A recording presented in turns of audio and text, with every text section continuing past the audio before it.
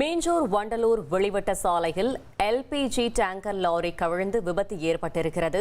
மேலும் விவரங்களை செய்தியாளர் பாஸ்கர் வழங்கிட கேட்கலாம். பாஸ்கர், வணக்கம். இந்த விபத்திற்கான காரணம் என்ன? ஓட்டுநரின் நிலை என்னவாக இருக்கிறது? முழு தகவலை சொல்லுங்க.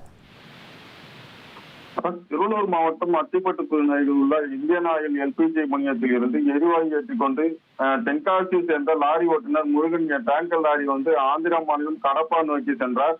மீஞ்சூர் வண்டலூர் வெளிவிட்ட சாலையில் டேங்கர் லாரி திரும்பும் போது ஓட்டுநரின் கட்டுப்பாட்டில் இருந்து சாலையின் மத்தியில் லாரி கவிழ்ந்துள்ளது. அதிர்ஷ்டவசமாக ஒரு லாரி ஓட்டுநர் முருகன் சிறு காயங்களுடன் உயிர் தப்பினார். இது குறித்து தகவல் அறிந்த போக்குவரத்து காவல்துறையினர் சாலை போக்குவரத்தை சீர் செய்யும் பணியில் தீவிரமாக ஈடுபட்டு வருகின்றனர்.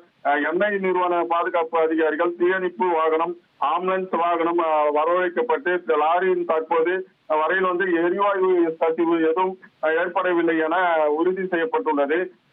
கிரேன் உதவியுடன் சாலையில் கலந்துள்ள டேங்கர் லாரி மீட்கும் பணியில் காவல்துறையினர் தீவிரமாக ஈடுபட்டு வருகின்றனர்.